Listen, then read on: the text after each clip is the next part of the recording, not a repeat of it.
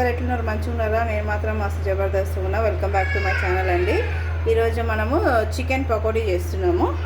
దానికి మనము 750 grams chicken తీసుకున్నాం.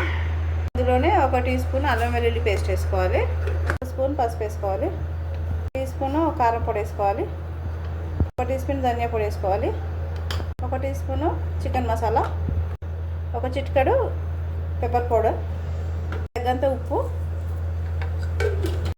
శనగపిండి 2 టీ స్పూన్లు, కార్న్ఫ్లవర్ 2 స్పూన్లు, ఫుడ్ కలర్ కొంచెము, ఇది ఆప్షనల్, ఇష్టమైతే వేసుకొని లేకపోతే లేదు. ఇవన్నీ వేసుకున్నాం కదా, ఇప్పుడు దీన్ని మంచిగా మిక్స్ చేసుకోవాలి.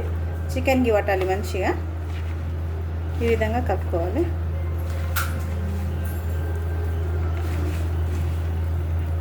ప్రతి ఒక్క పీస్కి పట్టాలన్నమాట మసాలా అంతా. కలుపుకోవాలి. ఇలా కలిపి పెట్టుకొని పక్కకు పెట్టేసుకుందాము. మళ్ళీ నెక్స్ట్ ప్రాసెస్ చూపిస్తా. మనము స్టవ్ ముట్టించి కడాయి పెట్టుకోవాలి డీప్ ఫ్రైకి. దాంట్లో ఫ్రైకి తగ్గట్టుగా నూనె పోసుకోవాలి. ఫ్రైకి ఎంత కావాలో డీప్ ఫ్రైకి అంత నూనె పోసుకోవాలి.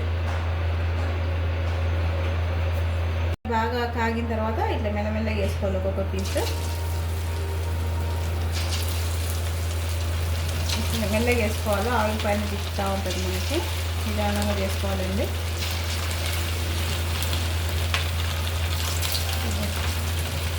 ఇట్లా కొన్ని పీసులు వేసుకోవాలి. వేసుకొని మెల్లగా కలుపుకోవాలి. మెల్లగా తీసుకుంటా ఉండాలి.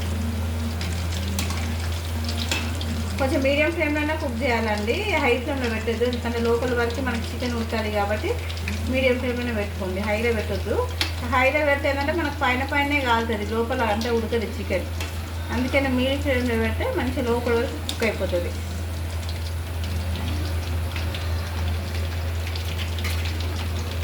ఇట్లా అన్నీ డీప్ ఫ్రై చేసుకోవాలండి. చికెన్ మొత్తం ఇట్లా మంచిగా కాగిపోవాలి నూనె. అలా కాగుతుంది కదా, దీంట్లోనే 2 పచ్చిమిర్చి పొడుగుగా దించుకొని వేసుకోవాలి. కొంచెం కరివేపాకు వేసుకోవాలి. ఇవి ఏంటంటే మనకి చికెన్కి ఇంకా మంచి ఫ్లేవర్ని ఇస్తాయి అన్నమాట. మంచిగా వేసుకోవాలి ఇది కూడా నూనెలో. మొత్తం అయిన తర్వాత తీసుకొని మనం సర్వింగ్ బౌల్ వేసుకున్నాం. ఇదో కనిపిస్తుందా క్రిస్పీగా టేస్టీగా. పచ్చిమిర్చి కూడా మంచిగా ఆగిపోయింది. ఇదేనండి chicken pakoda. Simple and easy process అనమాట ఇది. మనం సాయంత్రం టైంలో పిల్లలకి స్నాక్స్ లాగా చేసి పెడితే మంచిగా హ్యాపీగా తినేస్తారు వాళ్ళు మొత్తము. ఈ వీడియో నచ్చితే లైక్ చేయండి, షేర్ చేయండి, సబ్స్క్రైబ్ చేసుకోండి. మళ్ళీ ఒక వీడియోతో మళ్ళీ కలుస్తాం మనం.